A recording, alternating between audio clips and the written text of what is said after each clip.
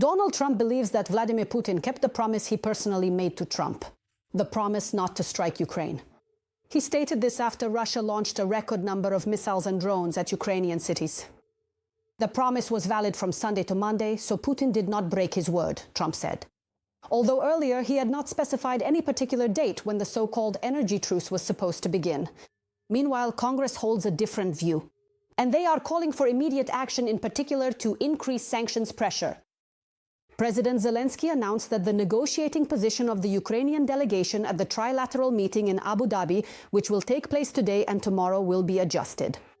TSN's own correspondent in the States, Olha Koshelenko, with an exclusive report. Coming up next. After a night of heavy shelling, when Russia launched 71 missiles and 450 drones at Ukrainian cities, while temperatures dropped below -20, Volodymyr Zelensky addressed Donald Trump. He asked what the response would be. After all, it was the President of the United States who asked Putin to refrain from strikes during the extreme cold. We see that Russia responded to this request with a record number of ballistic attacks. Not even 4 days have passed since the week that Russia was asked for. This also speaks to everything else that Russia promises, or might still promise. If they can't keep their word now, what can we expect in the future? But President Trump has different calculations. He stated that the agreement with Putin supposedly was only for a week, from Sunday to Sunday, although previously the US president did not specify the expected time frame for the ceasefire. And as recently as Monday, he spoke about Putin's promises as if they still held weight.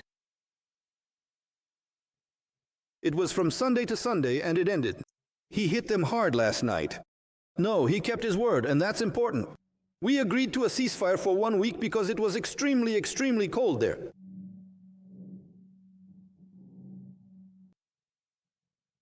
Are you disappointed that he didn't extend it? Yes, I wish he would end the war.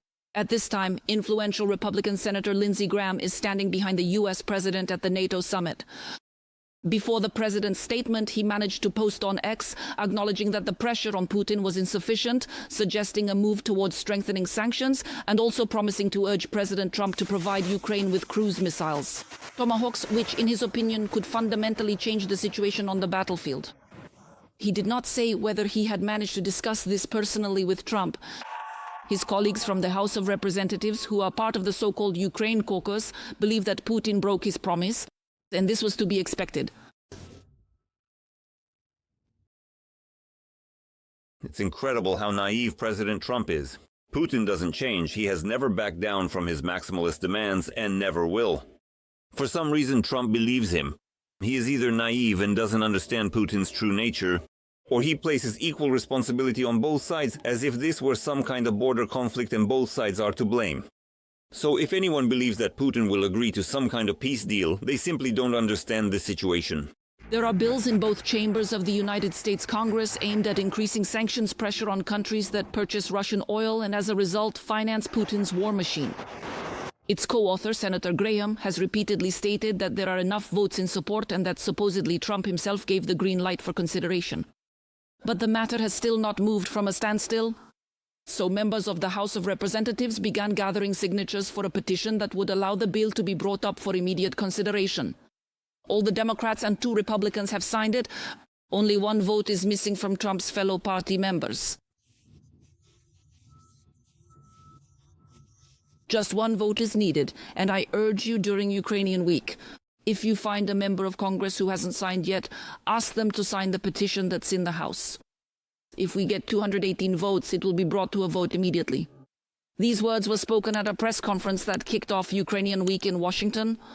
Activists, religious leaders, and members of parliament from Ukraine will hold meetings at various levels in the American capital. Among them is 11-year-old Roman Alexeyev. His mother was killed by a Russian missile strike in 2022, and the boy miraculously survived.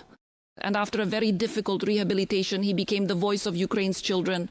I am standing here today to show exactly how innocent children are suffering because of this devastating war. But I can say this clearly, while so many other children simply cannot. Protect Ukrainian children.